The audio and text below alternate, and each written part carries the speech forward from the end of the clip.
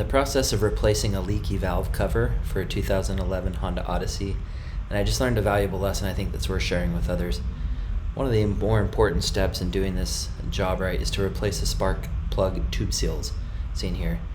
But in the process of pounding these back in with a mallet, the 1 1/8 socket ended up being a little too small and ended up doing some damage to the seals.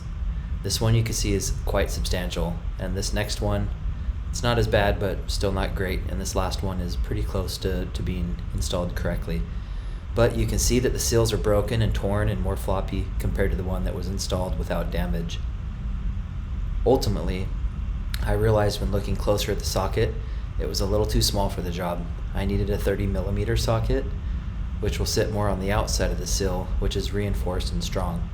So long story short, use a 30mm socket, not a 29 or 1 1/8, and you'll be in a good spot.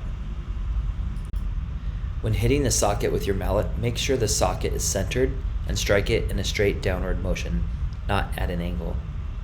Also, lube up the seals with some motor oil so it helps them go in a little easier. It's a pretty tight fit, so having a lubricant is better than not.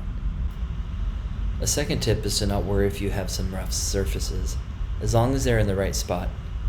Circled in green is a rough area that would normally be a cause of concern, but because the underside of the spark plug seal doesn't make contact with this area, we're good. The seals mate with the areas I've highlighted in pink. For example, the outer part highlighted in yellow would sit here. The second yellow inner circle from the inner part of the seal does not come down as far as the outer circle, so the elevated rough area isn't a problem. Last tip, when removing the old seals, place a flathead screwdriver at the edge of the seal, angled towards the inside.